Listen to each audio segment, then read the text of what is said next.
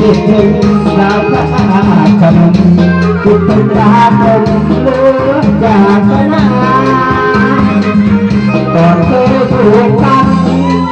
ความกันแค่คนผ่านมาเข้าไปในงานบูชา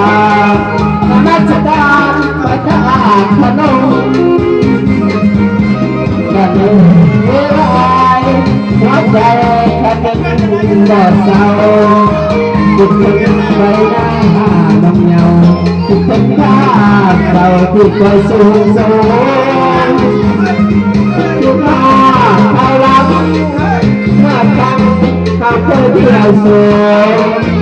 คิดถึงหน้าตาคนผมใบชาขนมและคืนวันเพ็ญเดินอยู่แคมป์คลองเมื่อมองใจขาดดังหัวหัวใจอ้ายเมา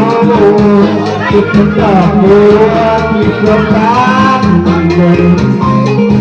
อยากจะไปหาน้องเจ้าตาด้วยตัวเองคิดถึงเมื่อคืนวันเพ็ญใจหอมคิดถึงเป็นเธอโอ้โหเลยจะรอเธอตั้งกลับมา